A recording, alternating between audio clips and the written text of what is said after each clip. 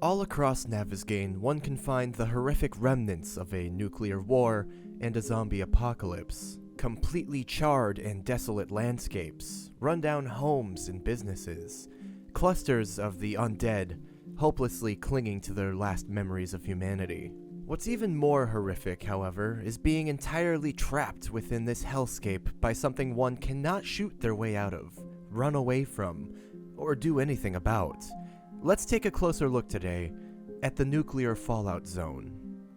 Welcome to episode 9 of the Untold Stories of Navezgane. In this series, we're going to explore and dissect the most interesting places in the default setting of 7 Days to Die. From mountaintop mansions to fortified factories, we're going to learn the stories of those who didn't make it. The nuclear fallout zone, or radiation zone, or if you want to be meta about it, the border of the map of Navasgane, is a terrifying and actually really perplexing place. In a square-ish shape surrounding Navasgane County, the radiation, presumably from nuclear fallout, is so intense to this day that nothing but the zombies can withstand it for more than 10 to 20 seconds. So what exactly caused this? How long ago did this happen? And what does its presence mean for all of those still left in Navasgane? Let's see if we can't piece something together. When one approaches the nuclear fallout zone, it's likely they'll receive no warning, unless they happen to be traveling by what's left of the roads. Many of the roads leading into and out of Navasgane to this day bear a warning of what's to come should one attempt to leave the relatively safe county area. Caution, high radiation area, road closed.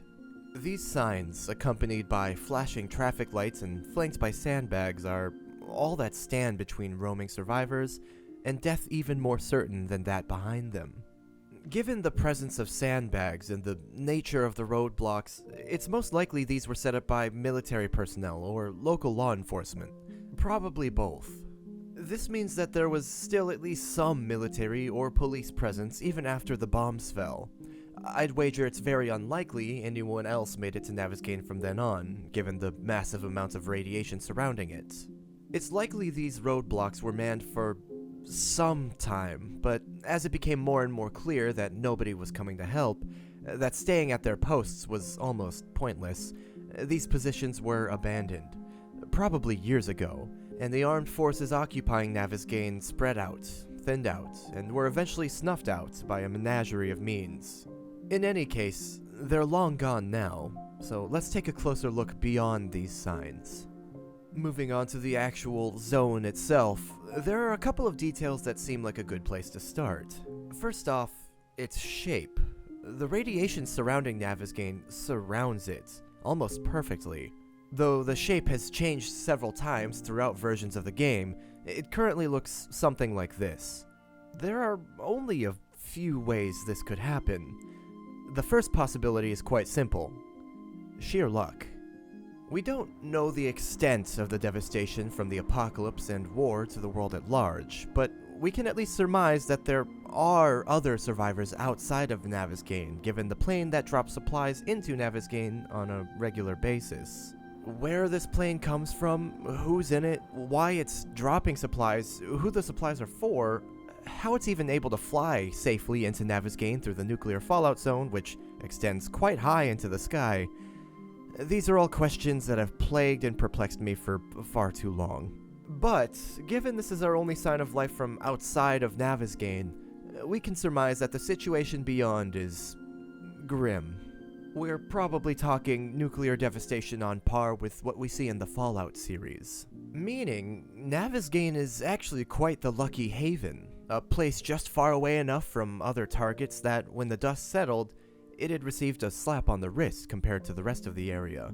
This lines up quite well with an old description of the game which describes Navasgane as a rare Eden in a world of devastation. If we take that at face value, there must be other areas like it out there, reasonably nearby, in fact. Otherwise, the plane that passes through Navasgane wouldn't be able to do so on such a frequent basis. The other possibilities are a lot less likely, but worth mentioning nonetheless. It's possible Navasgane's relatively untouched area is no coincidence. Perhaps the Duke, as discussed in the previous episode of this series, was even more powerful pre-apocalypse than we could have imagined. If he had the right amount of influence with the right people, maybe he could have ensured defenses were in the right place at the right time, supplies were where he needed them, the timeline fit his agenda. Unlikely, but given the extreme mystery and whispers of ludicrous powers, wit, and resources he may possess, I'm not ready to entirely rule out that he had a hand in ensuring Navasgane was left to its own devices. Otherwise, we could always go back to one of my less popular jokes from the video that started this series. We're an android. This is all an experiment, and none of this is real. But I think we'll stick with Navasgane getting lucky for now. If we move forward assuming that is the case, that Navasgane was just in the right place with a small enough population so as not to be a prime target, with the right natural barriers, that it ended up surrounded by but not affected by nuclear fallout, there's still another detail worth discussing pertaining to the radiation. It's potent. Like, stupid potent. Chernobyl incident ground zero potent. In fact, even worse. Far worse. I cannot express enough how deadly this radiation is. To put it into perspective, the crew members that stayed near the reactor overnight when the Chernobyl nuclear reactor melted down survived up to 3 weeks after their prolonged exposure to its powerful radiation. The radiation all around Navasgane kills even the sturdiest survivor in less than 30 seconds. At the deadliest spots at the beginning of the Chernobyl disaster, one could receive about 20,000 Roentgens per hour. That's a fancy and sort of outdated way of saying a metric ass load of radiation. Now, it's worth reiterating that the Roentgen is a bit of an outdated unit of measurement and doesn't apply to humans quite as well as it applies to air, but that's not super important right now. What is important is perspective.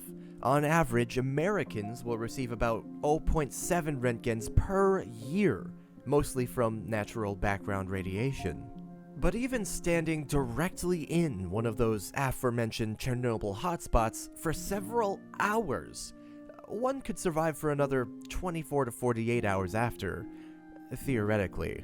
It would take upwards of 100,000 Roentgens per hour to cause somebody to lose consciousness so quickly. Now, I know comparing a nuclear power plant to dozens upon dozens of nuclear warheads isn't entirely fair, so it's worth mentioning nuclear bombs tested in the 1960s were capable of outputting hundreds of times more radioactive material than Chernobyl. But knowing all of this, we can get to my point. The radiation from nuclear fallout caused by atomic weapons usually dwindles to manageable-ish levels within roughly 5 weeks. It varies, but that's a fair benchmark. 5 weeks. So, how is the radiation surrounding Navasgane still orders of magnitude stronger than Chernobyl at its worst? Based on the decay of buildings and structures, evidence we can find either pointing to or alluding to a timeline, vehicles we see, even weapons we can find, sort of.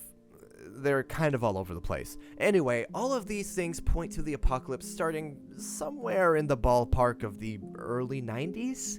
Based on old descriptions of the game, people will disagree with that assessment, but even if we use that description as our starting point and assume this all began in 2013 instead, it's been at least 7 years since the bombs fell, based on evidence we discussed in another episode of this series proving it's at least the year 2020 in-game. The radiation from even the most powerful nuclear warheads would be manageable by now. At least, it certainly wouldn't kill you in 30 seconds flat.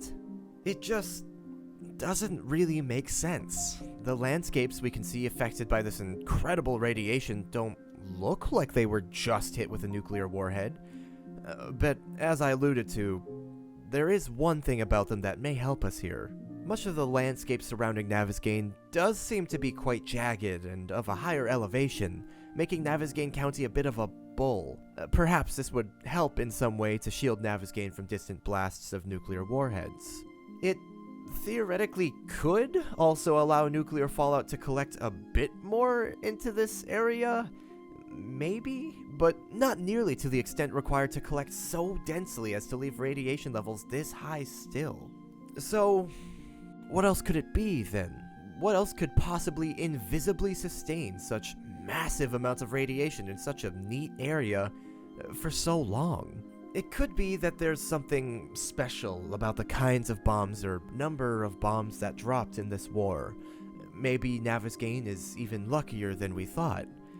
Whatever the case, we probably aren't going to get the chance to hike out and find out for ourselves anytime soon. Even if you manage to make it further into the nuclear fallout zone, speaking above table for a moment, the map just ends. Okay, back to the table. Perhaps there's somebody out there who might know more, who might be able to shed some light on this incredibly dim situation for us. Maybe the White River Settlement or Duke's Casino really are out there, waiting for us to find them. There's certainly plenty of evidence for both of them existing, just seemingly not in the playable area in Navasgane County. But people must be able to get to them from Navasgane somehow. Perhaps one day we'll get to see for ourselves, and we'll have the opportunity to learn more about this bizarrely powerful and articulate nuclear fallout zone. Perhaps one day I'll stop beginning sentences with the word perhaps. But until then, and until next time, thanks for watching.